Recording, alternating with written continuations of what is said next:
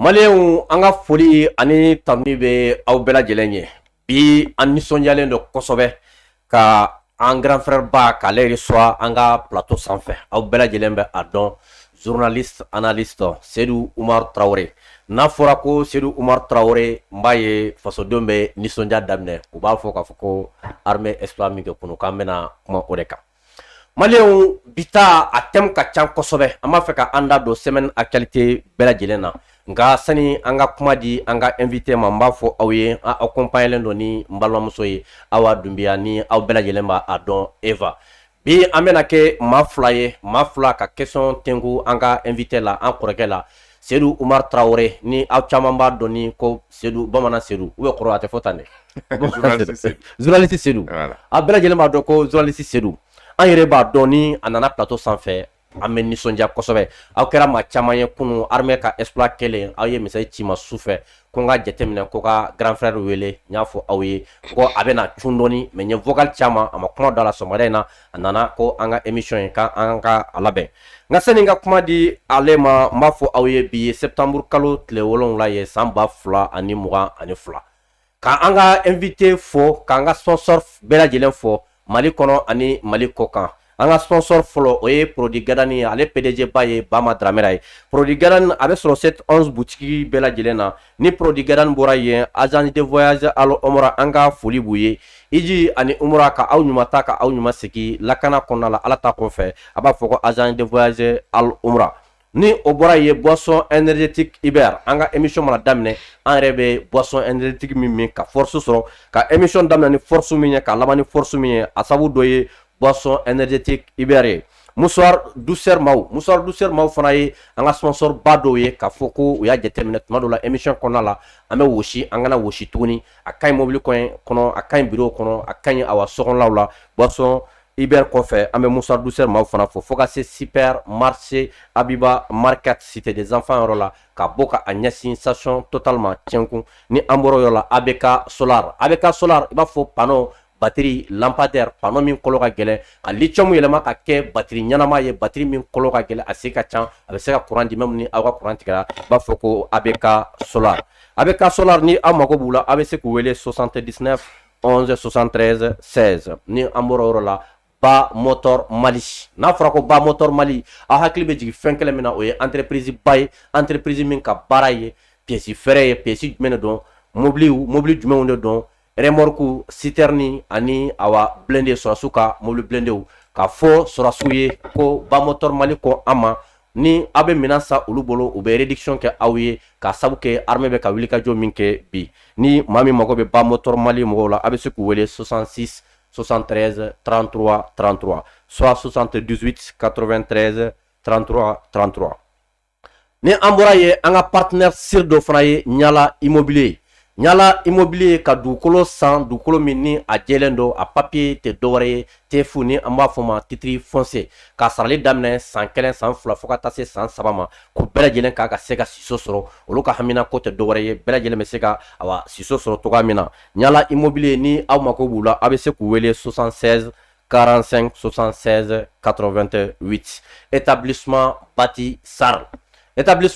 Sarl olu ka baara tɛ dɔwɛrɛ ye ka awa cio fɛrɛ cio min ni a bɛ don aw ka sow la aw ka usine la usine mun bɛ tulu dilan usine mun ma jimafɛnw dilan i b'a fɔ ko établissement Bati Sarl ninnu de ye an ka sponsor baw ye mun miirila k'a fɔ ko an bɛ ka baara min kɛ jamana kɔnɔ ko an ni dɛmɛ ka kan an b'an ka sponsor bɛɛ lajɛlen fo k'an ka abonné bɛɛ fo k'an kanubaga bɛɛ lajɛlen fo Mali kɔnɔ ani Mali kɔkan nka sani an ka kuma di an ka invité ma a ka dɔn bi révélation baw la parce que an delila ka wele plateau in sanfɛ a ka ca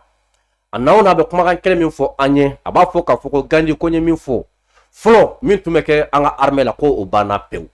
ko tun tɛ dɔwɛrɛ ka an ka kan de ci ka kɛlɛkɛminɛnw cɛ ka taga n'a ye k'o banna bi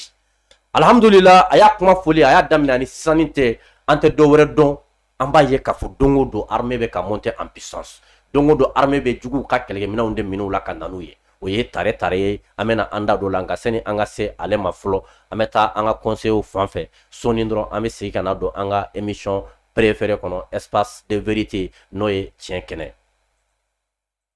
O tuma an ka se an yɛrɛ la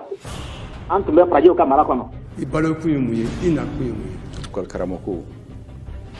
o ye mɔgɔ min a kan ka bonya jamana kɔnɔ. Dalen bɛ ko kelen min na o ye ala ye kelen ye siga t'a la n dalen b'o la. Ala ye maa min ci ka kɛ hinɛ ye ka ɲɛsin danfɛn bɛɛ lajɛlen ma n'o ye alakira ye sallallahu alayhi wa sallam. Fɛn o fɛn diɲɛna n'a gɛlɛyara ni sigi ka kuma sɛbɛ nana an dalen b'a la k'o bi nɔgɔya. An ka bɛn de ye duniya dibaraso ye. Solution fila t'a la dɛ, soit an bɛ jɛ an bɛ sɔn ɲɔgɔn an tɛ ɲɔgɔn kɔ jamana bɛ taa ɲɛ, soit an bɛ kɛlɛ kɛ an bɛ fɔrɔfɔ ɲɔgɔn kɔ jamana ko a bɛ ɲagami. Ala k'an kisi k'an tanga o ma. An tɛ se ka se.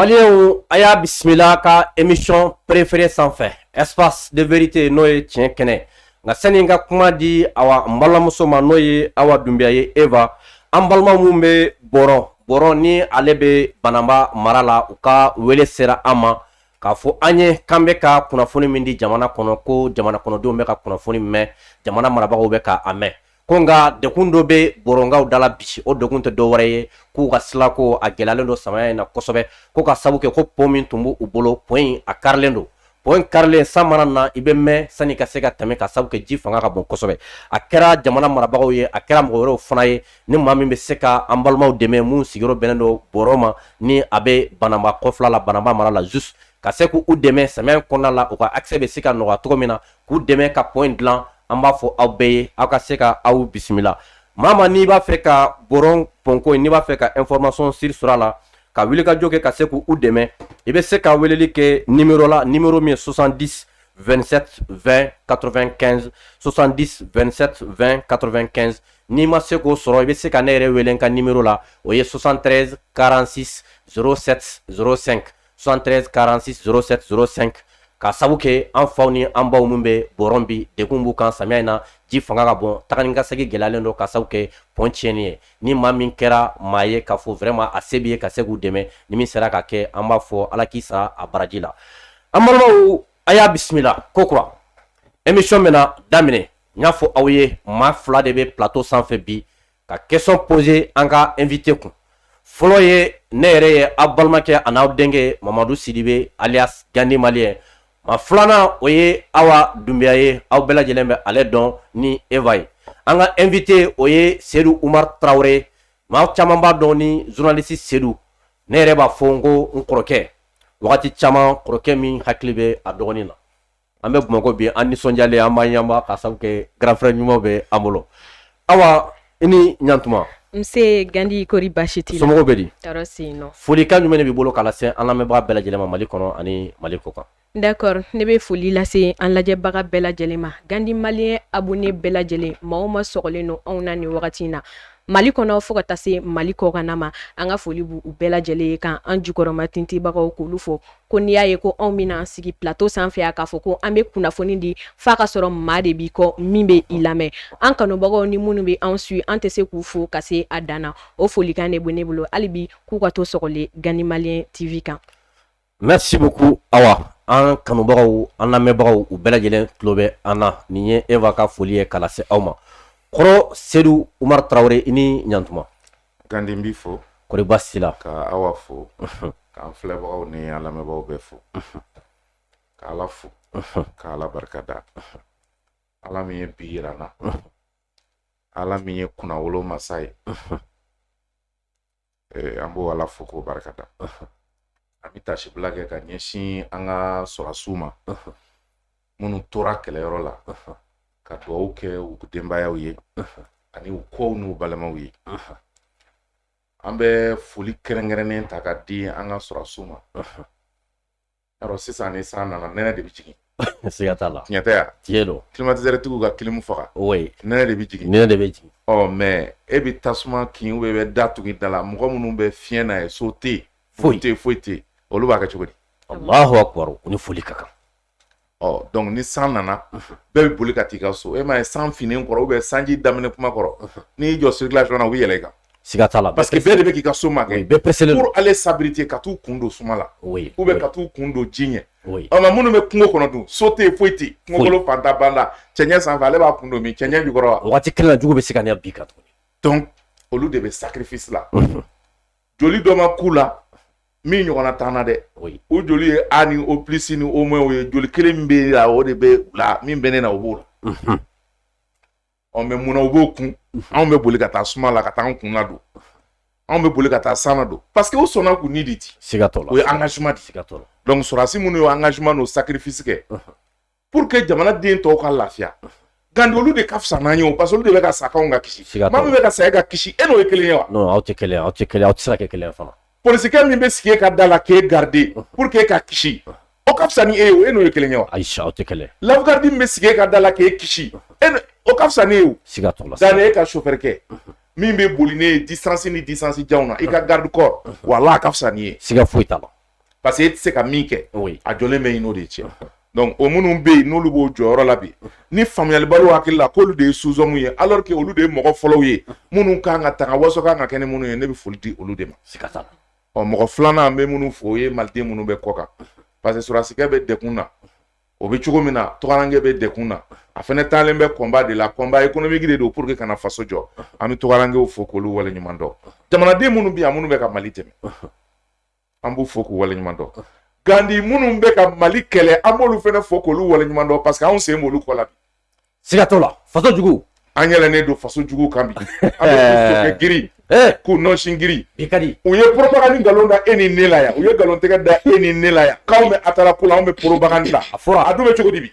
ala ye tiɲɛ dɛmɛ ne m'a fɛ yen ko ni san finna n k'e tɛ san finnen dɔn ko i b'i cogo dɔn jiso bɛ don i kan a san nana a bɛ tun bɛ cogo di bi alhamdulillah an tɛ cɔcɔ kalo de la a bɛ cɔcɔ kalo la mɔgɔ bɛ se ka dugu bɛ dugu la sira bɛ wa e ma bɔrɔnkaw ka pɔn karili ko kuma fɔ wa garalokaw tɛ kule la k'a fɔ ko sira tɛ ko sira tigɛra wa bugu ni garalo cɛ wa o waati armée bɛ terroriste 127 faga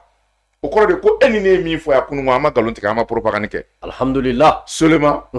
anw bɛ fɛn dɔ dɔn olu ma min dɔn anw bɛ avance la olu kan oui Gandi i b'a dɔn maa fɔlɔ min y'a fɔ ko dugukolo bɛ ka munumunu a tɔgɔ de ye Socrate a y'a kuma fɔ ko la terre tourne o don n'i ye maaba ye kuma bɛ kuma na n'i y'a fɔ min tɛ tiɲɛ i bɛ jɔ kɛnɛ kan de k'i faga bɛɛ ɲɛna u ko a ma ko mais ko la terre tourne k'e ye nin fɔ wa a ko k'a y'a fɔ ko mais k'a daluya bɛ min a ko a dun bɛ ka tourner dɛ a donna explication scientifique la k'a fɔ mɔgɔw ko nin bɛɛ popapokanw de ye propagande de ye nin ye dugukolo bɛ munumunu cogo di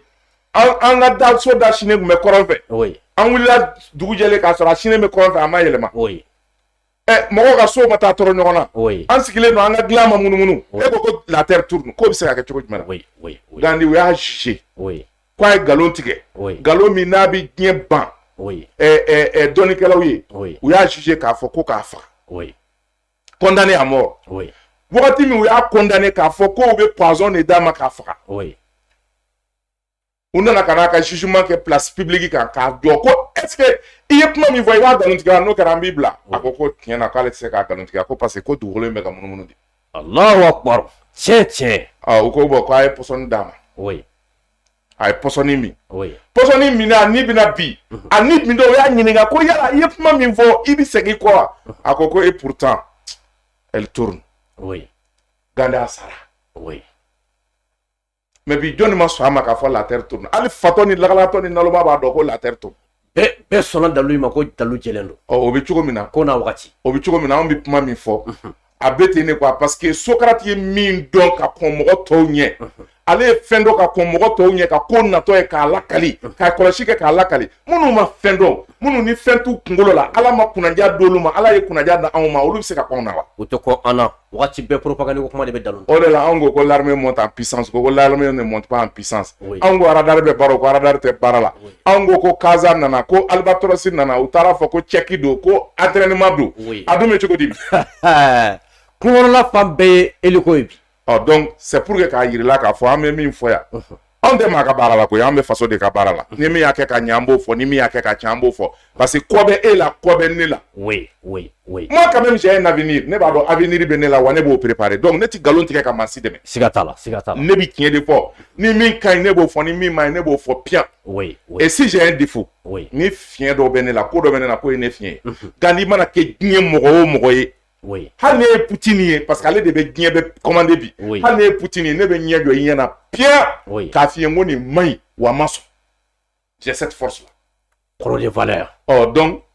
anw tɛ se ka dɛsɛ ka tiɲɛ fɔ Assimi ye an tɛ se ka dɛsɛ ka tiɲɛ fɔ Saint colonel ye anw tɛ se ka dɛsɛ ka tiɲɛ fɔ gouvernement ye wala ka tiɲɛ fɔ Mali marabaga dɔ o ma kɛ kunun wa o ti kɛ diɲɛ na bilen Ala barika la mais an bɛ tiɲɛ de fɔ dɛ jamana ka nafa n'a ka intérêt bɛ min na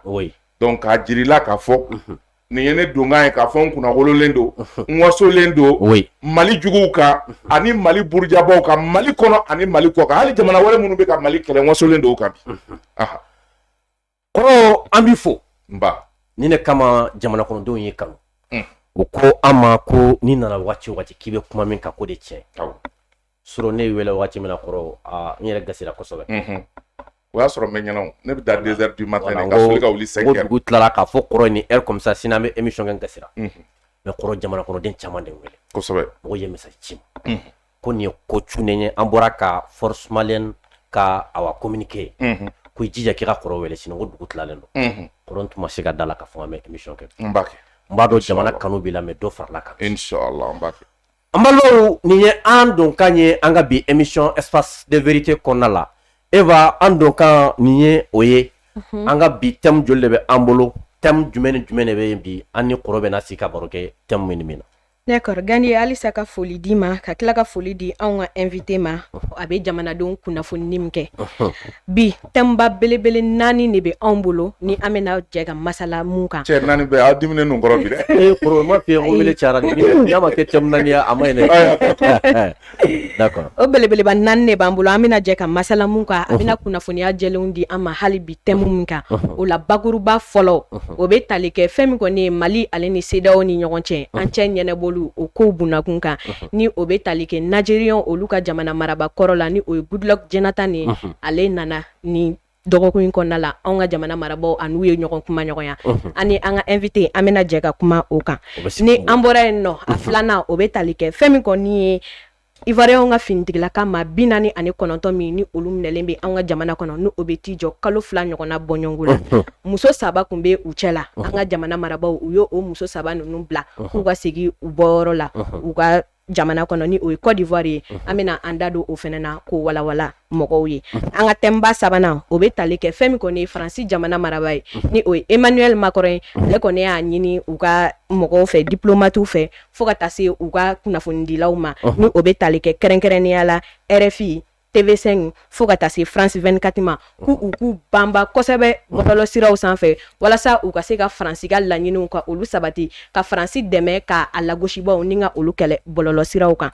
ni an bɔra yen nɔ an ka thème laban o bɛ tali kɛ fɛn min kɔni ye an ka jamana marabaw u kɔni u ye kunnafoniya di min kɛ kɛrɛnkɛrɛnnenya la an ka finitigilakaw tɔgɔ la k'a yira k'a fɔ k'u k'a ta août kalo tile 22 fo ka taa se septembre kalo tile 6 ma ko fɛn min kɔni ye an ka finitigilakaw ye k'u ye banbagaci maa 100 ani 27 ɲɔgɔnna bɔɲɔgɔn dankari kɛ o de la wa ko ka tila tuguni k'a da bɛɛ lajɛlen tulo kan ko o banbagaci ninnu na ko ɲɛmɔgɔ 2 o yera la ni o bɛ tali kɛ Yusuf Ibrahim na fo ka taa se Ayamadu Argaya ma nin kibaruya ba 4 de bɛ an bolo ani an ka invité an bɛna jɛ ka masala minnu kan nin bɛ maa sigi kunbo kɔrɔ bɔra ka Eva ka thème bɛɛ lajɛlen mɛn sisan k'u ka partage fasodenw an bɛ fɛn 3 ɲini aw fɛ émission kɔnɔna la bi a nafa kama émission in a y'a aimé a ka commenter a ka partager commentaire la a ye cœur bila commentaire la o bɛ kɛ sababu ye an ka émission in a bɛ basigi bi ta ye émission min ye tiɲɛ yɛrɛ la n b'a fɔ aw ye an famana ka émission ɲɔgɔnna sigi nisɔndiya kɔnɔna la a daminɛlen parce que n y'a fɔ aw ye n ko ne ni kɔrɔ mara ɲɔgɔn ye don o don nisɔndiya de bɛ ka sabu kɛ an fana an man diya Bamakɔ bi dɛ ni grand frère ye dɔɔni sɔrɔli daminɛ dɔrɔn wa dɔgɔninw bɛ nisɔndiya daminɛ kɔrɔ k'u ka partager i b'a dɔn ne mago bɛ partager hakɛ min na 3000 partage ne mago b'o de la 100 kɔrɔ ka dɔgɔ 600 minutes kelen mago b'o la minute kelen kɔnɔ tigi la 3000 partage ka dɔgɔ e la a man ka kɛ joli a fu ye kan ka taa 6000 partage la a y'a doublé 6000 partage ne mago b'o la ni m'o ye dɔrɔn i tɛ sɔrɔ bilen non parce que kɔrɔ ye k'an bɛ baara min na nkalon de don oui an bɛ faso ko min na nkalon don oui donc ka a y'a partager oui maa kelen bɛ se ka partageli caman kɛ n'est-ce pas a bɛ se a y'a partager n mago bɛ 6000 partage la n bɛ fɛ k'a ye non kɔrɔ ni n bɔra n mago bɛ 6000 partage la kɔrɔ n bɛ tila k'a yir'i la aya d'accord an ka maaw abonnés Ɔhɔ. an kanubagaw an lamɛnbagaw kɔrɔ déterminé don kojugu bon n mago bɛ 6000 partage cɛsirilen don n mago b'a la tout de suite jamana kanu b'u la voilà Eva Saki thème fɔlɔ kan joona kɔrɔ ka don thème fɔlɔ la D'accord, an ka thème fɔlɔ an ka invité o de ye k'a fɔ fɛn min kɔni Mali ni CEDEAO ni ɲɔgɔn cɛ médiateur ni o ye Goodluck Jonathan ye ale sen cayara kosɛbɛ ni wagati laban in na kabini gɛlɛya ni o donna Mali ale ni CEDEAO ni ɲɔgɔn cɛ anw ka faaba kɔnɔ a kɔni bɔ ne bɛna du d'a ma Bamakɔ ye n bɛna du ɲini k'a d'a ma ale ni an b'a ɲini Bamakɔ maire ba fɛ Adama Sangare a ka yɔrɔnin dɔ ɲini an k'o di médiateur Goodluck ma d'accord comme Mali yɛrɛ fɛnɛ ye bɛn ale ni ɲɔgɔn dɛmɛ o jamana o ye n'aw kɔni ye sigiyɔrɔ d'a ma n b'a dɔn a ko kɔni a tɛna gɛlɛya Goodluck tɛna ba o la sabula Mali yɛrɛ ka d'a ye nin wagati in na kosɛbɛ an ka thème fɔlɔ o bɛ tali kɛ a ka nali kan anw ka jamana kɔnɔ yan kɔrɔ Goodluck Jonathan nali faso in kɔnɔ sisan yala a bɛ se ka jigisigi di maa ma wa i b'a dɔn bamananw bɛ to k'a fɔ ko taa ni ka segin bɛ gɔni ma kulu b'a nɔ la kulu b'a nɔ la Asimi tɛ taa koyi ayi kelen bɛɛ bɛna jigin Bamakɔ Sudan ɲareya la ka ni kunkolo siɲɛ Asimi Goyita ye miyankakɛ ye a tɛ taa yɔrɔ si bɛɛ de bɛ ni kunkolo siɲɛ Mali ye parce que Asimi bɛ ka Mali danbe de segin a ma siga t'o la jamana kuntigi dɔ kun tɛmɛna n'o IBK ye a ko l'honneur et la dignité du Mali IBK y'a fɔ mais a ma se k'a kɛ a dɛsɛra oui a denkɛ Asimi Goyita de filɛ k'a kɛ bi IBK yɛrɛ su a b'a ye k'a fɔ ko Asimi bɛ ka Mali ka dignité n'a ka honneur segin a ma siga t'a la e ma ye Macky Sall nana Macky Sall min ye Afrique bɛɛ président ye bi Union africaine a nana wa a ma na a nana oh donc c'est pour te dire que Macky Sall nana cogoya min na olu minnu ye Mali kɛlɛ ka embargo kɛ Mali kan ka sanction kɛ Mali kan ka Mali tereke ka Mali jigin dingɛ kɔnɔ a ma daminɛ fɔlɔ nin bɛɛ bɛna kelen Bamakɔ ya ka n'u kunkolo siɲɛ Asimi Goyita ye parce que anw jɔra an jɔnɔ de la an yɛrɛ bonya n'i yɛrɛ bonya mɔgɔw b'i bonya sa siga t'o la e na Union européenne ɲɛmɔgɔ a nana laban in na ka na Asimi Goyita fɛ audience kɛlen a nana kuma min sɔrɔla da e y'o dɔn wa ko non ko olu kun kɔnɔ ko Mali y'olu gɛn de Mali Asimi ko ne b'aw gɛn mun na hali Faransi min taara k'a gɛnna ne ma Faransi gɛn Faransi cogo de y'a yɛrɛ gɛn dayɛlɛlen don mɔgɔ bɛɛ i kana Mali la i n'a kana an ka baara kɛ nka condition kelen Mali ta filɛ e ta filɛ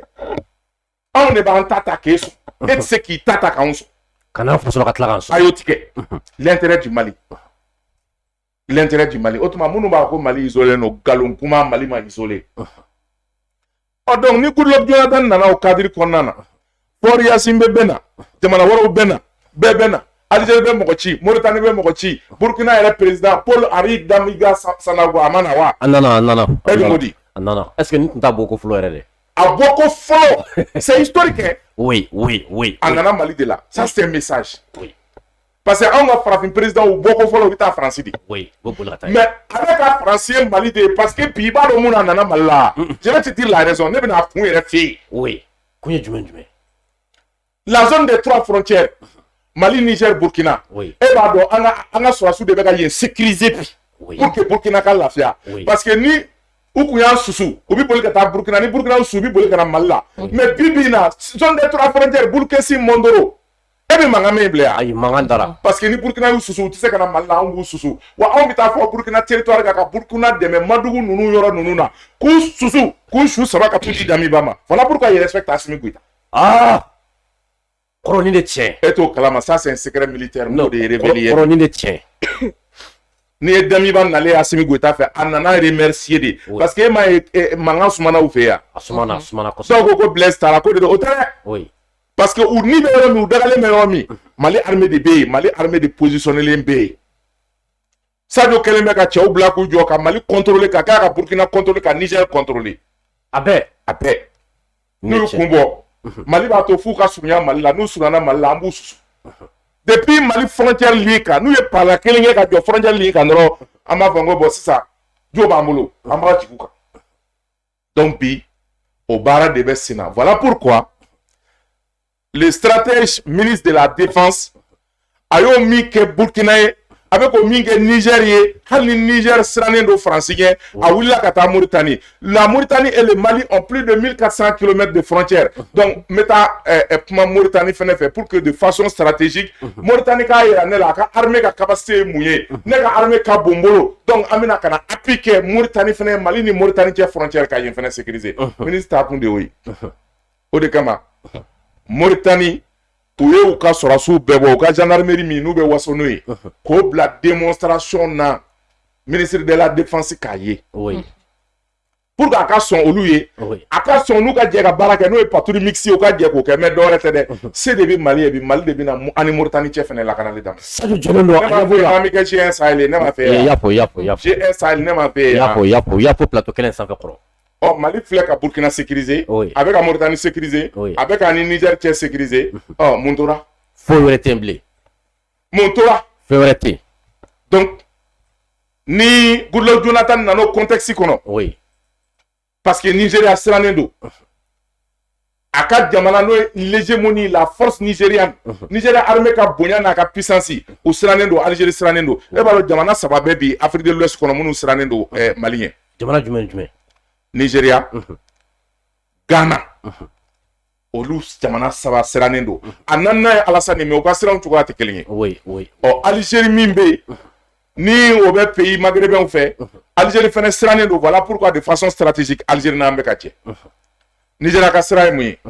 an ka armée bɛ ka kun Nigeria la. Ghana ka sira ye mun ye an ka armée kura Ghana armée la. Donc on est devenu une puissance. Attaque bɛ ka kɛ Benin. Donc sûrement u bɛ se ka attaque kɛ Ghana. Donc Ghana mago bɛ partenaire stratégique la. O de kama Nigeria bɛ boli ka na ko fila don. Ni an ma sɔn u ka bagabaga ma u bɛna bɛn ɲini. Mais Nigeria fɛnɛ bɛ ka siran mun ye o ye Faransi ka pression ye. Faransi ka pression ye mun ye c'est politique. Parce que wagati min Choguel kɛra premier ministre ye. Faransi ko bravo anw mago bɛ premier ministre civil de la. CEDEAO y'o entériné. Maintenant sisan Choguel taalen repos forcé la. Interimu dilen sɔrɔsiw ma Faransi ko mais k'o bɛ se ka kɛ cogo jumɛn na ko y a la militarisation m'a dɔn ni ye RFI ni Faransi ka taa ka ko militarisation de kɛra donc u bɛ ka CEDEAO su o siraw de fɛ k'a fɔ k'u kana Mali sonder k'a lajɛ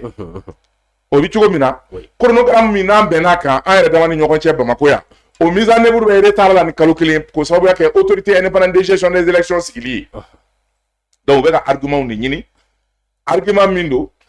ni ye nin faute in sɔrɔ i kɔ n ye nin faute sɔrɔ i kɔ n ye nin faute sɔrɔ i kɔ donc m'a f'i ka don n ka da fɛ ou bien m'a fɔ n b'i sanctionner ou bien m'a fɔ n b'i pression k'i kan donc Goodluck Jonathan nana o kɔlɔsi la n'i y'a jateminɛ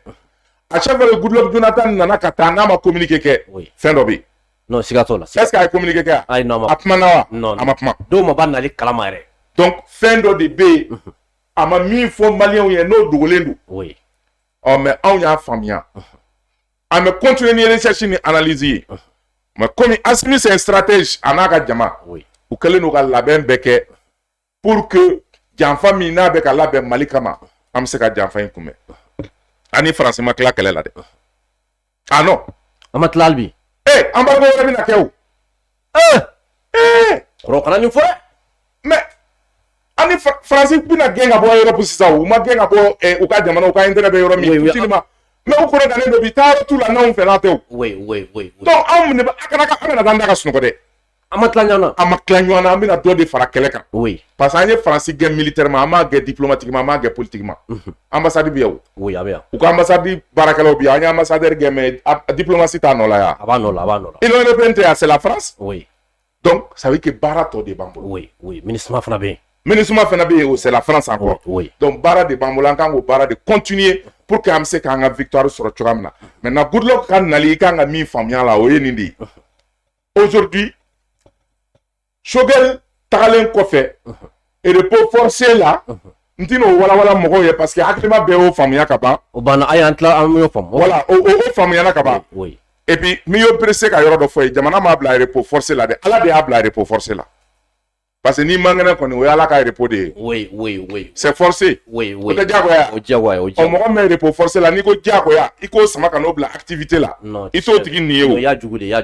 ye o parce que e bɛ fɛ a ka to oui. Bon, Assimi dun bɛ fɛ Choguel ka kisi. Oui. A ka kɛnɛya, a ka continuer ka jamana baara. Oui, oui, oui. O de kama.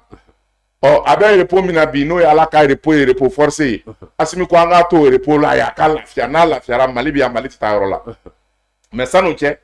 sɔrɔdasi dɔ ka bila a nɔ la min bɛna baara continuer, min bɛ se ka jamana denw hakili sigi, min ni corps politique ani cadre de concertation politique bɛɛ dalen b'o la, société civile dalen b'a la, sɔrɔdasiw dalen b'a la, homme politique dalen b'a la, partenaires dalen b'a la. O de kɛra colonel Ablaye Maiga ye. E m'a ye semaine tɛmɛnen M5 mɔgɔ perdilen dɔw minnu tɛ Choguel yɛrɛ ka hɛrɛ fɛ, olu bɔra k'a fɔ k'u ka rassemblement kɛ. Kamu fɔ mɔgɔw ye. Ayi, olu bolo ko nin ye Choguel dabɔlen a la Assimi Goïta fɛ. Donc olu fɛ Choguel da ka don a la diyagoya la. Mɔgɔ man kɛnɛ a bɛ k'a yɛrɛ ɲini. A bɛ kɛnɛya ɲini, aw bɛ fɛ u kana bila baara la tuguni, o tuma aw bɛ fɛ k'a faga. Olu mago tɛ Choguel la koyi. O bɛ dɔɔni min sɔrɔ ka dun, o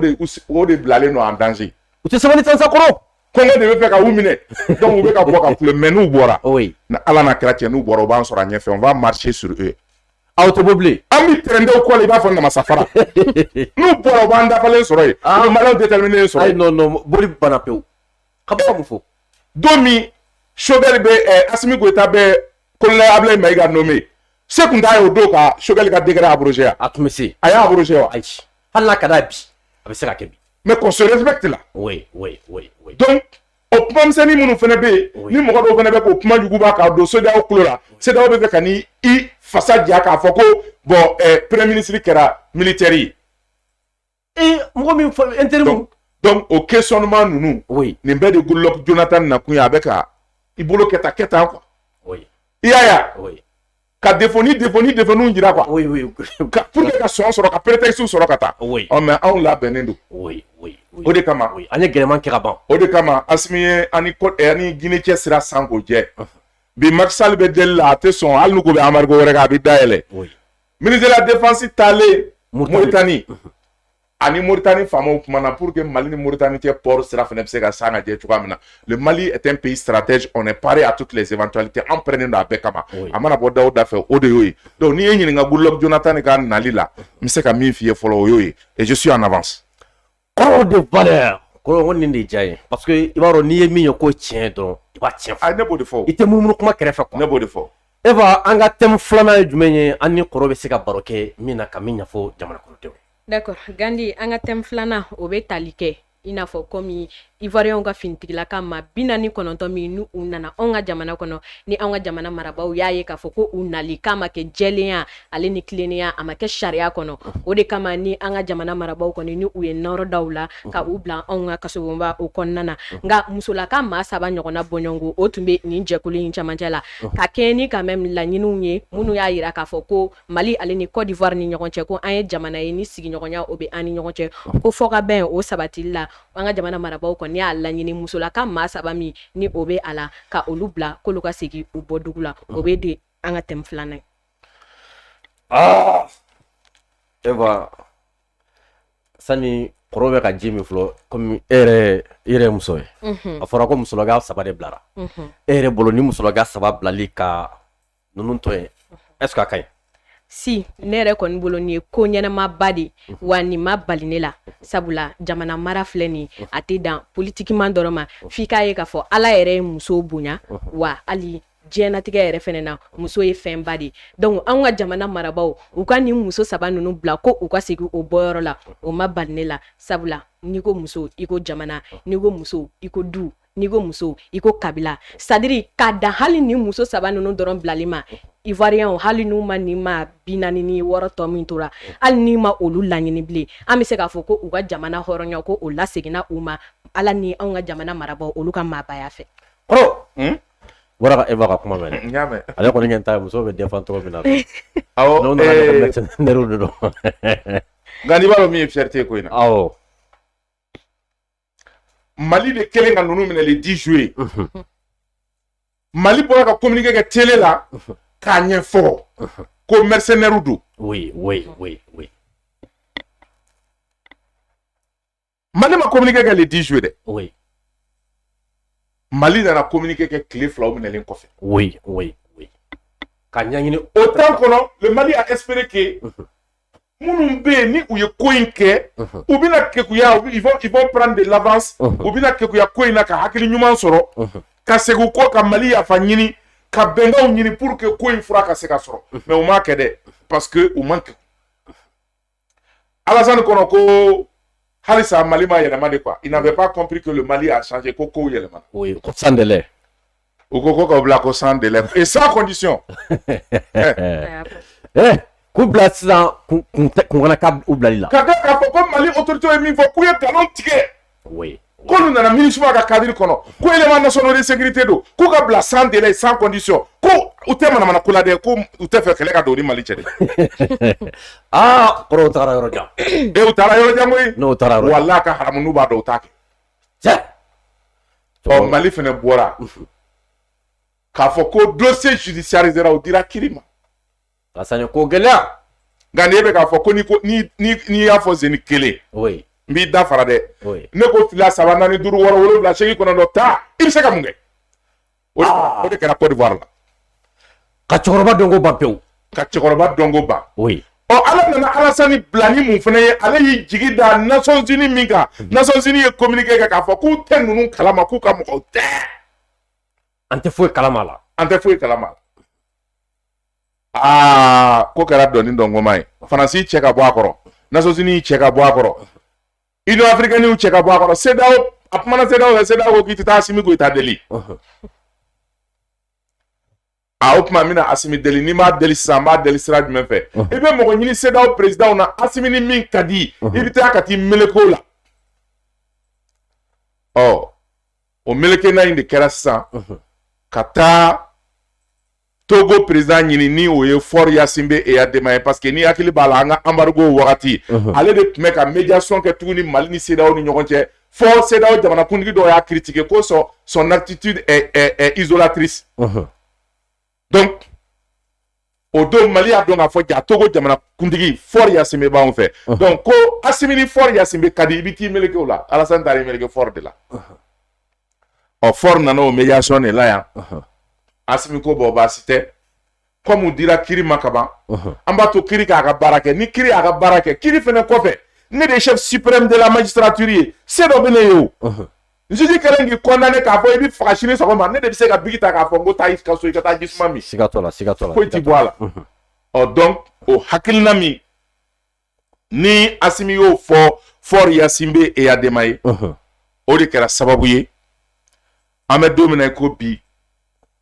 hinɛ ani makari Assimi k'o ta ka mɔgɔ ninnu dɔw sɛgɛrɛ a ye mɔgɔ minnu ta o la o ye muso 3 ye muso 3 yɛrɛ n'i y'o lajɛ dɔ ye coiffeuse ye kunkuafela dɔ ye feerelikɛla ye vendeuse feerelikɛla dɔ ye étudiante ye an t'a dɔn u bɛna jɔnni kunkuafe Bamakɔ yan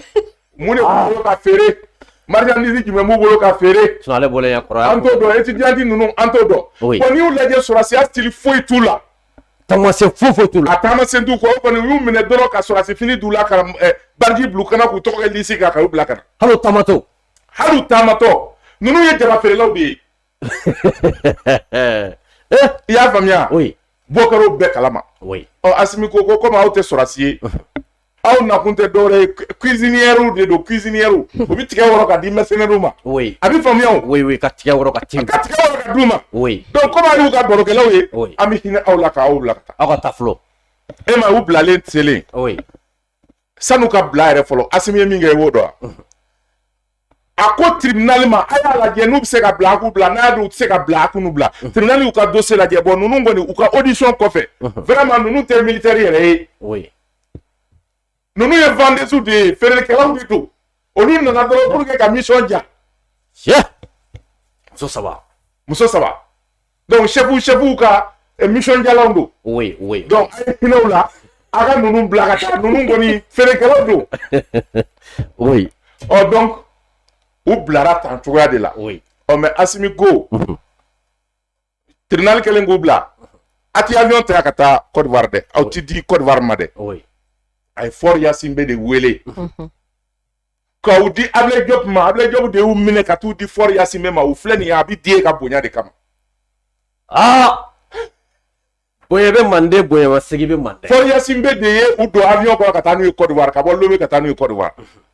i Alassane humilier cogo ye wa e ka ni stratégie lajɛ dɔrɔn Mali tun bɛ se k'u don avion kɔnɔ ka taa Côte d'Ivoire tout près oui ou bien an b'u don car kɔnɔ u bɛ se bɔ a kan an b'u jigin ye oui mais an y'u don avion de kɔnɔ ka taa n'u ye Fort Lomé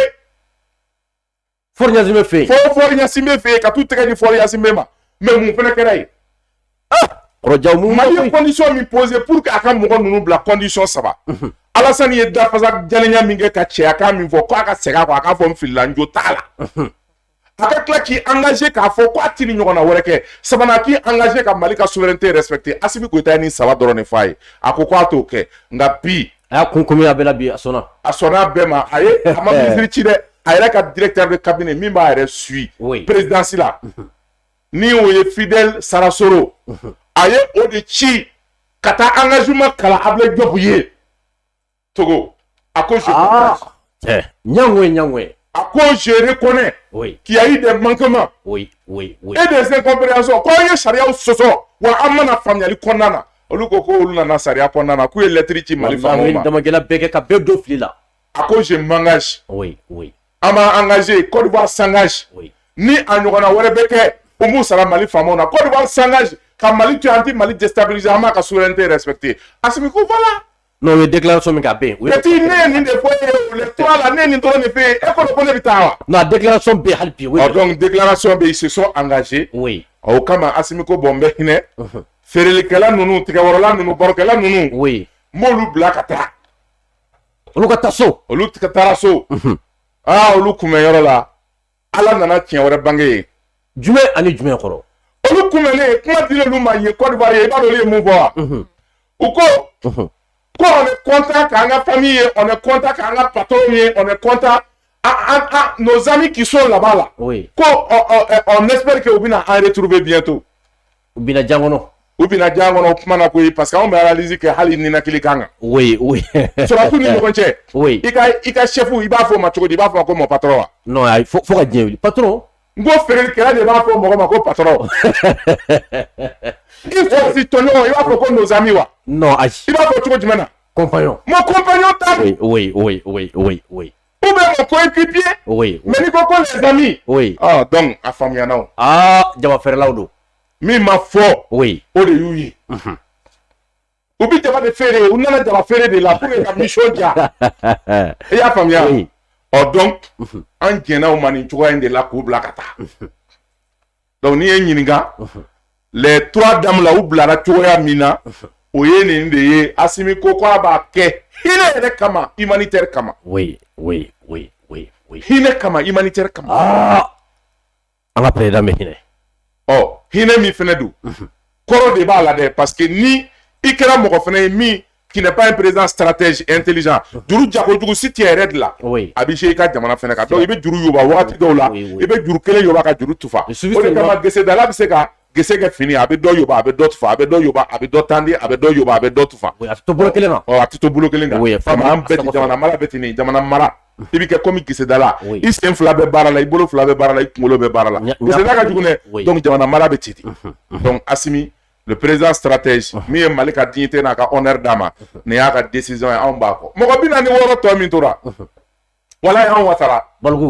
Baliku minnu tora anw wasara komi dɔw b'u la olu yɛrɛ ko hali ni Assimi y'olu bila bi ko tɛ sɔn ka taa Côte d'Ivoire ko Alassane bɛ n'olu faga ko il est prêt à tout ale n'olu bɛ min ɲini Assimi n'i b'an bila Ala kama kana taa an di Alassane ma dɛ o balotɔ kɔni ɲɛ kɛ kɔrɔ u bɛ kaso de la kasoladen tɔw bɛ minɛ cogo bɛ minɛ ten de o mais n'i b'anw bila Ala kama i kana taa an di Alassane ma u ka laɲini o bi t'an bila Togo i k'an jigin dɔrɔn k'a fɔ an bɛɛ ka taa an ta fa walayi an bɛ avion ta ka tunu tugutigi parce que n'an taara Alassane mɔgɔ fagala de don a b'an faga janfa fanga bonyana a b'an faga pour que an kana témoigner pour que ko tɔw kana ɲɛdɔn parce que anw jɔn ala an kun nana Mali cili de kama anw ye mercenaires de kuma banna ye donc sisan wasa kɔfɛ lafiya de bɛ yen ni i jo faga i jalaki de bɛ bɔ a kɔnɔ Mali bɛ jo de b'a bolo bi o de kama anw bɛ dan sira la an bɛ Ala fo k'Ala barika a ji di kɔrɔ ma kɔrɔ ka ji min an bɛ n'a dɔn armée kɔnɔ kɔrɔ ji min a ji d'a ma Ami a ji di kɔrɔ ma kɔrɔ ka ji min ji bɛ d'accord an ka taa awa i bɔra ka awa kɔrɔ ka kumaw mɛn sisan thème filanan thème filanan a bɔra ka kuma caman fɔ jamana kɔnɔdenw ye kuma tiɲɛ dɔn min ye tiɲɛ ye sisan ni an bɔra nin na sisan an ka thème jumɛn de bɛ yen sisan an bɛ se ka an da don min na ka jamana kɔnɔdenw nisɔndiya Gandi ni an bɔra yen nɔ an bɛna an da don an ka thème min na o de bɛ tali kɛ an ka finitigilakaw kan sabula ni an ka finitigilakaw yɛrɛ tɔgɔ fɔra dɔrɔn maliden ɲɛnɛma bɛɛ fo i dusukun bɛ kamkami f'i farimasi bɛ cɛ i kan sabula olu sababuya de la bi Mali ye Mali. An b'a fɔ awa ministère de défense k'a bɛ grève la. D'accord, o b'an permettre an bɛ dan ni fɛn min ye an ka jamana ɲɛmaaw u kɔni u ye communiqué min kɛ an ka finitigilakaw ka ko la k'a yira k'a fɔ ko ka ta août kalo tile 22 fo ka na se septembre kalo tile 6 ma ko u ye fɛn min kɔni banbagaci maa 100 ani maa 27 min n'u ye dankari kɛ olu la ni o sababuya la bi ni an bɛ se k'a fɔ ko basigi kɔni jigisigi o bɛ maliyɛnw ye an ka Maliko o hukumu ta fanfɛla fɛ an bɛ o de ye an ka thème an bɛna an da don o de la sisan. Kɔrɔ an b'a fɔ nin na tile 15 intervalle kɔnɔna la du 22 août au 6 septembre. Gani ne k'i ma plus rien ne sera comme avant.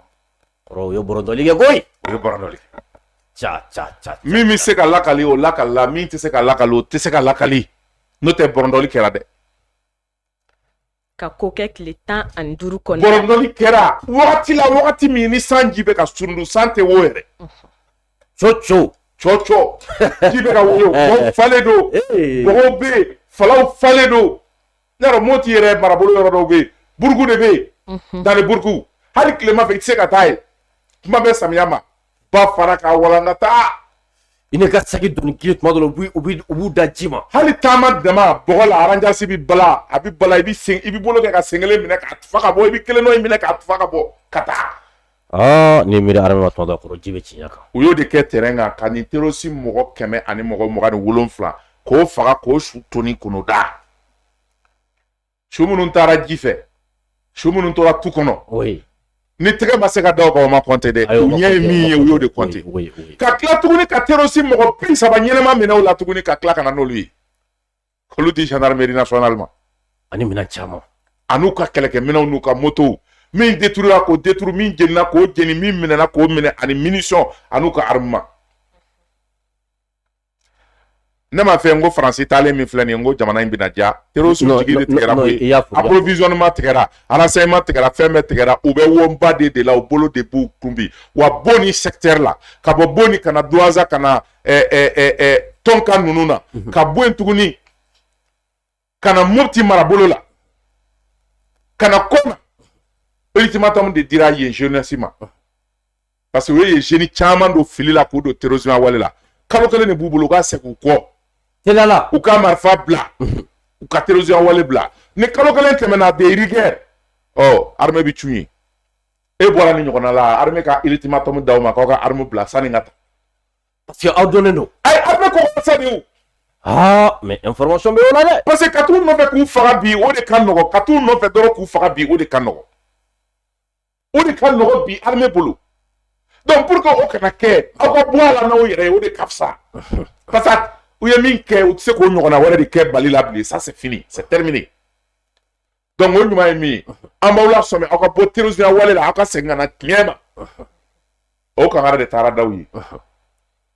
caman bɛ yen minnu labɛnnen don ka arme bila mais dɔw bɛ katigɛ la ale b'olu ma da la ko l'armée est montée en puissance donc ko avion d'entraînement don halisa u b'olu kunkolo la quoi donc u ye fɛn m'olu bila fɔlɔ mais min f'i ɲɛna MI 24P ni MI 8 ani Super Tucano ni Albatros bɛ na don jeu la ye e bɛ na ye a bɛ min ci ka sanfɛla bɛɛ minɛ donc wulikajɔ min kɛra o de ye k'a fɔ an ka jamana marabolo yɔrɔ minnu bɛ yen ni o ye théâtre centre opération Maliko dugu minnu bɛ yen ni olu b'o secteur kɔnɔna na terroriste u da yɔrɔ u bɛ mini don yɔrɔ minnu na n'u bɛ tiɲɛnibaw kɛ Douaza marabolo ani Boni armée taara ka taa mɔgɔ 17 neutraliser k'u dɔgɔyɔrɔw ci minnu bɛ bombe ni fɛnw da ka u caman minɛ du 22 au 28 août secteur 3 opération Maliko Tombouctou armée wuli ka jɔ kɛ dugu min n'o ye Acharan Gundam ani Ɲafunge ye o kɛlen don ka terroriste cɛ 10 ɲɛnama minɛ ka caman faga Tonga Gundam ani Tendimi o kɔfɛ minnu minɛna k'olu di gendarmerie nationale ma le 29 août renseignement min dir'u ma n'a ka ɲi u ye wuli ka jɔ kɛ dugu dɔ bɛ ko Tula Boni marabolo la u taara terroriste mɔgɔ 2 neutraliser k'u ka kɛlɛkɛfɛnw minɛ an'u ka téléphone minɛ le 29 au 30 secteur 5 opération Maliko Segu détachement fama min bɛ ɲɔnɔ olu ye wuli ka jɔ kɛ dugu min bɛ n'o ye Pɔgɔ ye u ye terroriste cɛ 10 ɲɛnama minɛ ka moto 5 minɛ AK-47 5 PKM 1 ani u ka radio tɔliki walikiw bɛ tuma min na kɛ faransi min d'u ma k'o fɛnɛ minɛ u la o kɔfɛ u ye wuli ka jɔ kɛ le 4 septembre 2022 renseignement min dir'u ma u ye wuli ka jɔ kɛ yɔrɔ min n'o ye Ɲaworo ani Wuro ye plateau ye Sofara marabolo la terroriste minnu taara ka taa Sofara digi tiɲɛ ka sɛnɛkɛlaw bali ka sɛnɛ kɛ ɔ tasuma de b'olu kan an bɛ don min na i ko bi patrouille bɛ don o don minnu binna Sienso poste kan le 11 juin 2022 ani minnu ye wuli ka jɔ kɛ le 14 juillet 2022 ka taa bi Sofara digi kan kɛ bɛ olu de kɔ bi an bɛ don min na i ko bi olu de fɛnɛ bɛ ka ɲini an bɛ don min na i ko bi ɔ mɔgɔ 2 minɛn'u la ka olu mɔgɔ 2 fagara ka dɔw minɛ k'olu di gendarmerie ma le 5 septembre 2022 Dura Tomi Amara bolo la mɔgɔ 8 minɛna terroriste la arme de guerre b'u bolo ani engrais u bɛ t'o kɛ ka mine dilan parce que se de b'an n'u ye sisan non mine de don oui minnu minɛna olu fɛnɛ dira gendarmerie ma le secteur S opération Maliko le 29 août 2022 wuli ka jɔ kɛra ka terroriste dɔw bɛ yen n'olu ye état islamique Grand Sahara ye TESIT k'olu susu olu susuli senfɛ kɛlɛba de kɛra Mali sɔrɔdasi mɔgɔ 2 tora mɔgɔ 8 jɔgina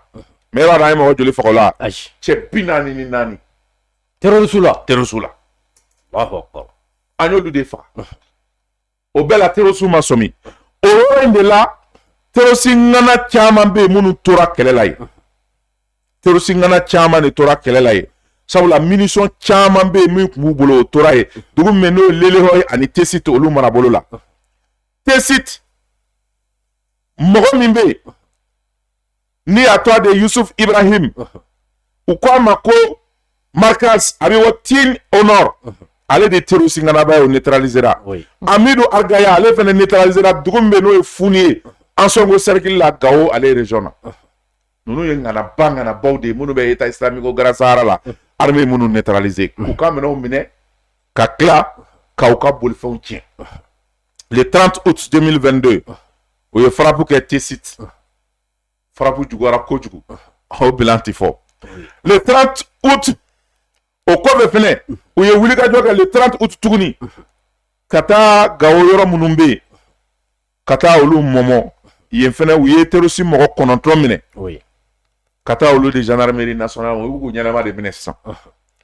o kɔfɛ u ye wuli ka jɔ kɛ ka bɔ Gao ka taa Labenzanga état islamique kun kɛlen bɛ ka yen sira tigɛ pour que Gao ka kɔngɔ armée ye 250 véhicules de sécurité ka sira labila pour que mɔgɔw ka se ka tɛmɛ ka taa u ka ciw la donc armée y'o wuli ka jɔ kɛ o kɛra Labenzanga ani Gao ni ɲɔgɔn cɛ le 6 septembre 2022 u ye reconnaissance offensive kɛ Talatay parce que Talatay MSA ani Gacha o ni état islamique tun bɛ ɲɔgɔn na yen olu fɛnɛ mɔgɔ caman faga o la maintenant pour que k'olu dɛmɛ ani ka reconnaissance kɛ ka renseignement di pour que baara ka ɲɛ armée y'o kɛ yen gundo dɔ fɛnɛ bɛ yen n tɛn'o f'i ye o tɛ communiqué kɔnɔ mais n tɛn'o f'i ye kɔrɔ i da maga yɔrɔ dɔw la ayi o to yen o to yen su caman bɛ cɛncɛn la yen o to yen cɛncɛn fɔkan tɛmɛ o la zone sud u ye wuli ka jɔ kɛ Nara marabolo la dugu min n'o ye Galo ani Tula ye terroriste cɛ 50 u y'o de fa ye cɛ 50 u y'o de fa ye ka moto 20 jeni ka mɔgɔ dɔw joginaw la u ye frappe kɛ u ka mobiliw fɛnɛ kan k'u ka maramafɛnw minɛ ça c'est fait à Nara cɛ 50 d'un seul coup donc Sikaso opération hakili sigi o de daminɛna Sikaso o ka baara ye ka mɔgɔw hakili sigi ka yaala secteur la pour que aw hakili ka sigi terroriste gɛnlen kɔfɛ Kato ka yala ça quoi. Seulement yala. Oui, parce que Fente Kosobe. Fente mais ami yala. Chaque fois na sur akili bi sika ta ba chula quoi. Oui. Opération akili sigi au début c'est na sika so ça. Oui.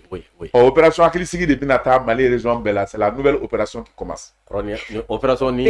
Amara keletigi la, amona opération akili sigi la. Opération de ko keletigi be ka seu di ka ba donc akili be ta sigi ça. Oui, sinon keletigi ka bara avec ka noya ça. Opération akili sigi depuis na damne. Oui. Nous sera une amison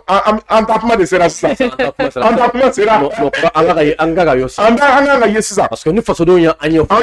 Unyepe avec akili sigi doy. Oui. Donc yo bara ko yoro munumbe ni o kinyai. Tela, Karangana, Koro barrage, utara munumunu salo ke ka mogo akili sigi. Armée koku déterminé no bito kelela ani wuli ka jola sa kana ka bwa bara kono. Machi munu mbambolo no lubi keleke. Shudibi. Olu munu mbambolo shudibi. Munu nana sisan. Awo. Ni ya maname o ya soro atemeni ladi. No te na bi na eta na yi frappe eta me. Kakatini. Ni ya maname kwa atemena sisa. O ko de kwa eta ka siblu. Oui. No te eta mangane me ko. Abibo bara la eta donc. Eta me. Ni ya maname o ko de kwa yije ete. Oui. Donc o de anga sukoye. Oui. Sisa olu bina wili ka jɔ de damene tuguni. O bi baara kɛ sufɛ, o bi baara kɛ tile fɛ. Min ka di n ye Diriba ka communiqué la bi b'a dɔn wa? Ayi n t'a dɔn. Coopération nocturne. Opération kɛlɛtigi, opération nocturne. Opération nocturne. Fin.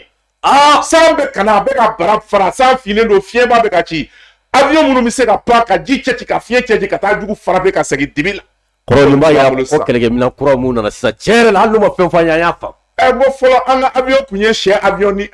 armée de ye parce que avion minnu b'an bolo i b'a dɔn cɛ bɛ sɔgɔli kɛ tile fɛ ni su kora a bɛ taa kulukulu kɔnɔ. A bɛ taa. A ɲɛ tɛ ko la. Fo dugu ka jɛ. Oui. Mais sisan min b'an bolo ngolongofin de don. Ngolongofin ale bɛ yaala dibi de la a b'a kunkolo kɛta de donc. Opération nocturne. Opération nocturne de bɛ sisan. Donc ça veut dire que nous avons une armée de pointe, une armée qui répond aux critères internationaux o de bɛ ka se da anw ma. Kɔrɔ nin ye jigisigiba ye. Mɔgɔ 100 ani mɔgɔ 27 an y'o de faga terroriste la tile 15 kɔnɔna na o y'an ye min faga n'an y'o su compter min ma compter an tɛ n'o da fɔ mɔgɔ 30 k'o ɲɛnama minɛ ka t'o di gendarme ma. Kɛlɛkɛminɛnw bɛɛ ka sɔrɔ don o don. Don o don o de kama labɛnkuraw kɛlen don pour que su fara tile kan du 1er au 31 n'an y'an positionné région min kunna hali n'i ye kala kari an b'i ye o labɛnw kɛlen don. Kɔrɔ tiɲɛ yɛrɛ la kɛlɛkɛminɛnw minnu ko ko avion d'entraînement de 1988 k'o de b'an bolo entraînement résultat filɛ an ka tɛmɛ n'a ye. Entraînement kɔni n'a kɛra o ye a bɛ ka kɛ terroriste. Bon nin y'an ka armée de ye wa ça va continuer parce que labɛnw bɛ sen na halisa dɔ de bɛ ka fara a kan foyi tɛ ka bɔ a la. Asimi Goïta o instruction de di wa o baara de bɛ ka kɛ. Kɔrɔ an b'a fɔ tare bi. N'an bɛ taa an bɛ se o. Siga t'a la. Awɔ. Kafu an ka awa thème naaninan fɔ an ye joona parce que nin bɛɛ lajɛlen kɛra jigisigi kɔnɔna la an fana bɛ jigisigi wale la yan. Oui. Hakili ko hakilisigi. Hakilisigi. Voilà donc an hakili sigilen bɛ. Oui an hakili sigilen don. Awɔ. Ni ma an tɛntɛ ka don an ka thème laban o kɔnɔna la o bɛ tali kɛ fɛn min kɔni ye Faransi jamana maraba ye ale kɔni ye kuma min kɛ ka ɲɛsin u ka kunnafoni lasilaw ma k'u banba kosɛbɛ k'u ka kɔlɔlɔ siraw minɛ walasa u ka se ka Faransi ni ka a défend ko tiɲɛbaw la. Gandi min na Makɔrɔ yan bɛ ka fɔ a ma k'an bɛ propagande la Makɔrɔ bɛ ka tiɲɛ d'a ma. Gandi i labɛn dɛ. I bɛna stagiaire sɔrɔ dɛ. Stagiaire yan. Ya Gandi TV la yan. Makɔrɔ de bɛna stage kɛ yan parce que a bɛna activisiya de kɛ. Alhamdulillah. Kɔrɔ Ala ka nin kɛ. Mais mun de tora Makɔrɔ de yan. Makɔrɔ de bɛna bi an b'a kalan. Denmisɛnninw b'a bila ka thé wuli ka jɛ. An bɛ gɔn sigi a kun. A bɛ thé wuli ka d'a ma a bɛ tigɛ wɔrɔ ka d'a ma yan. Kɔrɔ. Parce que se de banna Makɔrɔ a jigi de latigɛra pewu. Makɔrɔ taara Algérie k'a fɔ ko c'est la propagande sur les réseaux sociaux. Wallahi. Ko de bɛ k'ale ka fanga tiɲɛ. Oui. Jaa bɛ propagande de la. Jaa minnu tun bɛ k'a fɔ yan Makɔrɔ den minnu tun bɛ k'a fɔ yan ko propagande. Wala kun bilalen. Wala. Bɛɛ dɔn. Oui. Ni Makɔrɔ yɛrɛ jiginnen ye dugu ma. Oui. Ka n'i bolo nɔgɔ nin kuma ninnu na k'i da don nin kuma ninnu na. Oui. A ka den minnu bɛ a ye minnu sara Union européenne ye financement di minnu ma. Ko ka Mali ci. Olu de dɛsɛra kolokoso co. Anw de ka kɛlɛ yɛlɛ n'o kama o de kama Gandi an b'a faamuya sisan. U kɛlen bɛ ka wari sara ko ka e éliminer ko ka ne éliminer. Ni ne kama olu dɛsɛra de. Ninnu de kama ja ninnu bɛna lɔgɔ propagande. Propagande ko in de ye ja. Wala. Makɔrɔdenw de don ja. Wala kuma tɛ. Makɔrɔ de ko sisan. Oui. ko Faransi ambassadeur ou ka conseil diplomatique ou ka mɔgɔ bɛ yɔrɔ yɔrɔ n'o ye Faransi ka den ye ko bɛɛ ka don e ni ne ta yɛrɛ ne ɲɔgɔnna la o tɛ so la ala cɛ bali o tɛna stage kɛ o bɛna kɛ o bɛna stage kɛ non Assimi Goïta b'u ka frais de stage sara an b'u kala stage la n'an tila k'u kala ka tila k'u dame u bɛ buw fɔ ka bɛɛ fɔ an bɛ yɛlɛ u kan kɔrɔ cɛ yɛrɛ la ne ye propagande n'a bɔra dɔn bi an b'u fa bɛɛ ka taa ne y'a fɛ yen non ne y'a bɔra ne y'a fɛ yen Faransidenw de don wa don o don propagande don o don propagande don o don propagande ne y'a fɛ yen ko Faransidenw de don wa non y'a fɔ o don de tora ah voilà Macron veut venir être activiste a bɛ fɛ ka na Gandhi TV de la o de kama u ko k'u bɛ i ladege u tɛ s'i la kɔrɔ u sigilen bɛ bi n'u bɛ filɛ i n'a fɔ e minnu kumakan talen bɛ i n'a fɔ e donc u b'i ladege u tɛ s'i la aw bɛ ɲɛfɛ u tɛ anw bɔ u ka vie t'an ta bɔ u ka partage t'an ta bɔ u ka j'aime t'an ta bɔ u ka audience t'an ta bɔ u tɛ se kuma na n'an ye u tɛ kodɔn n'an ye u kalannen tɛ n'an ye ne m'u bila o défi yan wa a kɛra n ko ni min ma fɛ ne ka débat kɔ ka ne wele ne y'u bila o défi ayi o tɛ sɔn donc u tɛ se bi u tɛ se sini non o tɛ sɔn o tɛ sɔn donc n'i ye Macron kun k'a mɛn oui ko vraiment ko digi kɛra ale la ko a ka mɔgɔ minnu bɛ yan ko 0 a y'u noté 0 sur 20 0 à la base a ye bokuru de d'u ma k'u ma résultat kɛ wari min dir'u ma k'a kɛra wari fililen fenêtre fɛ ko sisan ko diplomatiw yɛrɛ de ka anw ladege Macron ka diplomatiw Macron ka ambassade baarakɛlaw kɔrɔbara k'u fana ne ɲɔgɔnna ladege u tɛ se ka ne ɲɔgɔnna dilan sa kɔrɔbara in jɛra sisan u tɛ se k'e ɲɔgɔnna dilan kɔrɔbara in jɛra u sisan tɛ se ka Boubou Mabel dilan u tɛ se ka Ibou Sy dilan u tɛ se ka Abdoul Niane ɲɔgɔnna dilan kɔrɔbara in u tɛ se ka Sékou Tounkara ɲɔgɔnna dilan u tɛ se ka Ben Lessere dilan u tɛ se ka Fɔnba ɲɔgɔnna dilan non u tɛ se ka Mementa dilan u tɛ se ka Diawé dilan u tɛ se ka Bolkane dilan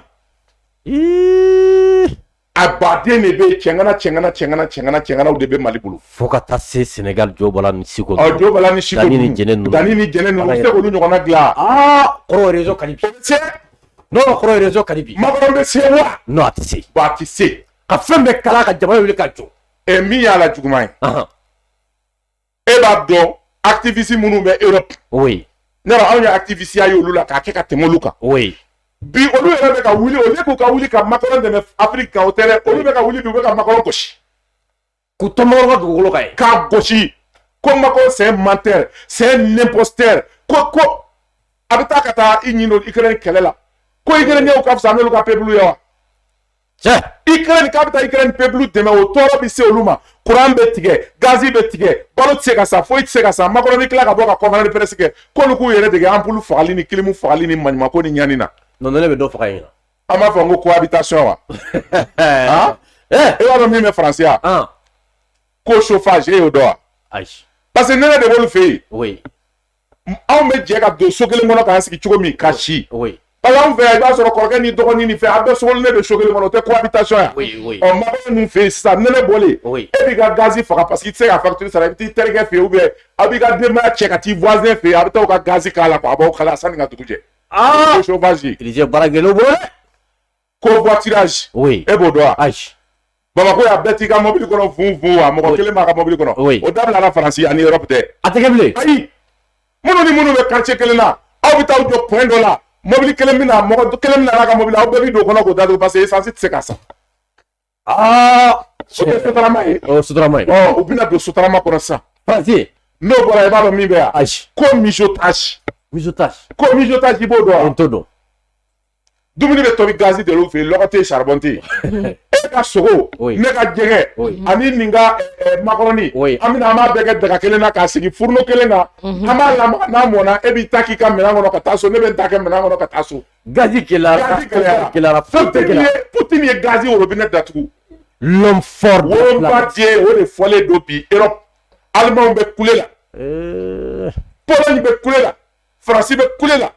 Angleterre bɛ kule la Angleterre bɛ kule la Suisse bɛ kule la États-Unis bɛ kule la o wagati mun de bɛ ka kɛ les États-Unis oui olu bɛ kule la o wagati la Russie en 2 mois 3 mois à 78 milliards de dollars américains de recettes sanction kɛlen Russie kan o de ye Russie kɛ fɛn ye donc minnu ko sanction kɛra sababu ye ka Russie sankɔrɔta minnu ko ko k'ale la Côte d'Ivoire ko cogoya tɛ Mali bolo ko Mali binnen don ko cogoya tɛ Russie bolo ko Mali dirigeants ma choix ɲuman kɛ ko cogoya tɛ Russie bolo a bɛ cogo di bi Ala ye tiɲɛ dɛmɛ bi Russie marché tɔ ye k'a fɔ ko courant ka gɛlɛn ayi donc ala ye tiɲɛ dɛmɛ bi c'est pour te dire que anw jigi ka ɲi oui oui oui ala de bɛ ka mali ka kɛlɛ kɛ oui oui oui an ye duwawu don k'a fɔ mɔgɔ mɔgɔ bɛ yen n'a bɛ ka mali lajaba ala k'o lajaba ala k'o jigin tigɛ ma o duwawu de minɛna bi faransi kan o minɛna bi alimaɲi kan o minɛna bi États-Unis kan o minɛna bi OTAN jamana ni Union européenne jamanaw kan donc an bɛ ala fo k'ala barikada ala dan ka Poutine da anw ye koyi ala ka barika don Poutine na amina amina amina Poutine jugu ala k'u jigi dingɛ kɔnɔ amina amina mali jugu ala k'u jigi dingɛ kɔnɔ anw y'o de ɲini ala fɛ wa ala bɛ k'o de kɛ i labɛn dɛ stagiaire bɛ na dɛ makɔrɔ min na stage la Gandi TV la dɛ jama kana caya dɛ n'a nana min ka gɛlɛn ma n ka te a kana sukaro gan a la dɛ k'a ka tiga wɔ ka bila ɲɛ non kɔrɔ cɛ a ka bidomani misɛnnin minnu bɛ yan makɔrɔ ka fiyɛ misɛnnin minnu bɛ yan ayi olu bɛ mobili ko de u bɛ ne ka mobili ko da la dalaya makɔrɔ yɛrɛ bɛ te wuli ka di yan ani tiga k'a wɔrɔ ka d'a ma parce que a y'u bila mission min na u ti se c'est à dire makɔrɔ ka kuma yira kɔrɔko in tun bɛ mission de la o bɛ mission de la kɛ mun y'an sigi n k'u sɛbɛn fɛ i mana kuma dɔ ko propagandiste mais halisa maliden dɔw bɛ k'u si olu m'a faamuya fɔlɔ cɛ ala kɔrɔ mais mɔgɔw bɛna b'u kɔ dɔɔni don mɔgɔw bɛna b'u kɔ dɔɔni ne ma sɔn ka taa fɛ yan o k'an ka sira in ta so mɔgɔw kun bɛɛ tɛ se ka faamuyali kɛ don kelen o de la halisa dɔw bɛ ka filɛ u bɛ ka 1000 vues 2000 vues kɛ o wagati min e bɛ 10 000 vues la ou bien 2000 vues la halisa u bɛ ka jigin et puis mɔgɔ dɔw t'i filɛ u tigɛlen de i la u t'i filɛ u b'a fɛ ka dɔn i b'a fɛ ka min fɔ i tigɛlen i la k'a lajɛ karisa binnen don n tigɛlen don a la n bɛ taa lajɛ n tigɛlen don a la ka se degré min na u bɛ bɔ nkalon kɔ u bɛ tugu tiɲɛ kɔ yan walasa walima u bɛ jigin dingɛ kɔnɔ halisa non u bɛ sira in ta u b'an sɔrɔ sira in u b'an sɔrɔ ɲɛ parce que kɔrɔ ne tun b'a faamu don o don ni an bɔra an mana kuma an tɛ mɔgɔ ka vie privée la an tɛ an k'an da don mɔgɔ n'a muso n'a den ka ko la an da tɛ mɔgɔ si ka du kun kan an ko jamana min fana don ko armée bɛ ka monter en puissance a n'o fɔ kɔrɔnin dun bolo mɔgɔ ni mɔgɔ man ta kɛlɛkɛla an bɛ ka propagande kɛ kojugu ko anw de bɛ ka fɛn fɔ sɔrɔsiw la min t'u la kɛlɛkɛminɛnw commentaire kɛ ka se niveau la niveau min tɛ k'a lajɛ jalasaw kelen filɛ nin ye donse n'a bɔ se ka anw saboter a dun bɛ cogo di bi ko armée ka ka anw interdit ka kuma awɔ i tɛ an ka courant san i tɛ ji san i tɛ an ka forfait san nin tɛ kabako kuma da ye anw bɛ kuma fiyan wa anw b'an ka résultat kɛ olu makɔrɔ min y'olu ka patron ye a yɛrɛ natɔ don kuma ye a bɛ n'an sɔrɔ yan an dafalen on est déterminé diɲɛ bɛɛ y'a mɛn k'a fɔ tiɲɛ na diplôme on est déterminé wala ala bɛ tiɲɛ de dɛmɛ u kana ni français de ka d'u ye ni anglais de ka d'u ye wala ni bamanankan de ka d'u ye an pɛrɛnnen don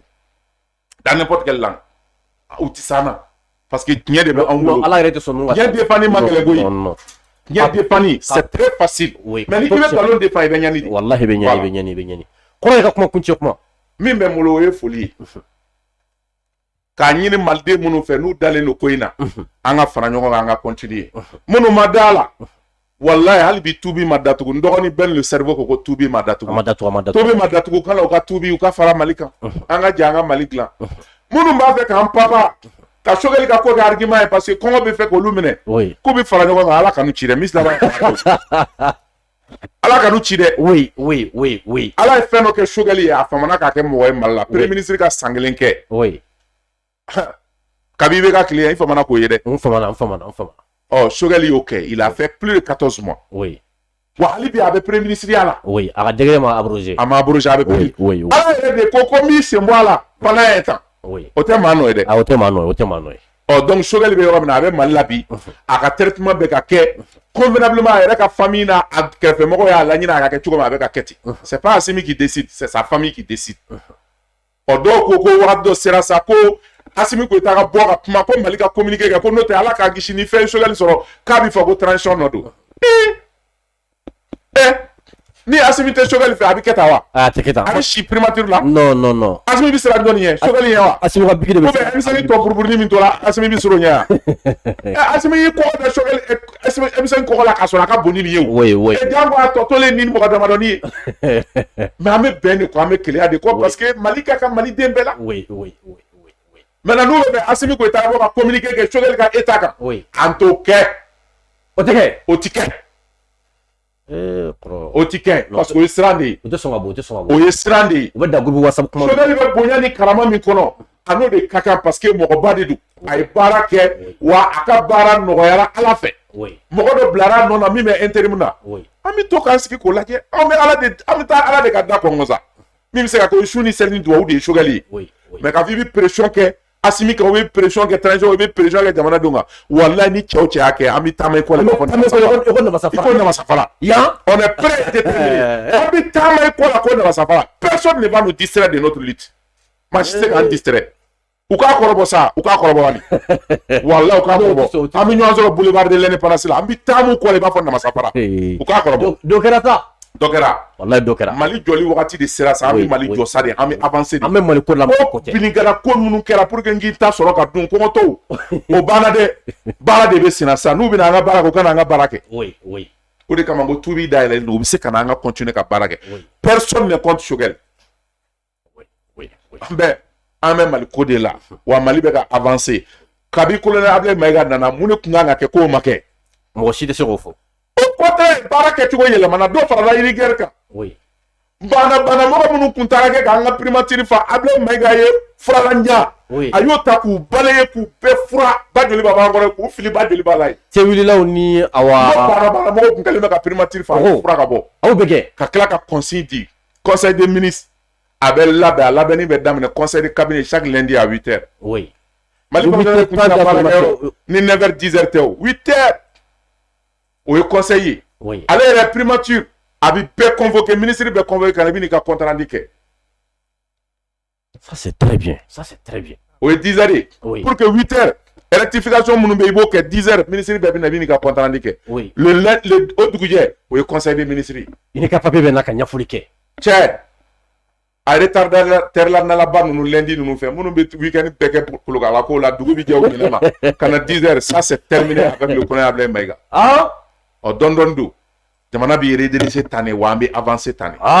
tiɲɛ yɛrɛ la a so ka système ninnu ka cɛ kabako don voilà donc c'est-à-dire a tɛ dulon mɔgɔ kelen si la ko in de nin bɛɛ tɛ an bɛ avancer ko in de nin nul n'est indispensable oui nul n'est indispensable n'a kɛra i kɔnɔ ko ne tɛ ko Mali bɛ bi sa i k'a lajɛ an bɛ san 100 balo kɔfɛ siga foyi t'a la n'a kɛra cɛ o cɛ kɔnɔ ko ni ne tɛ ko Mali tɛ yen i b'i yɛrɛ nɛgɛnɛ n'i sara bi walayi Mali tɔ bɛ diya i kɔfɛ les cimetières sont remplis d'indispensables oui donc ka maliyɛn bɛɛ fo ka bɛɛ hakili jigin halisa an ka ɲɔgɔn minɛ an k'an bolo di ɲɔgɔn ma an ka transition dɛmɛ jugu ka ca an na n'o tɛ s'an na jugu ka ca an na non an t'u jate o mais an yɛrɛ kana jugu b'an kan an b'a fɔ k'an bɛ ɲɔgɔn kɛlɛ k'an bɛ na ni farafarali ye non an ka fara ɲɔgɔn kan an ka jamana la taga ɲɛ o de ka fisa merci beaucoup kɔrɔ Eva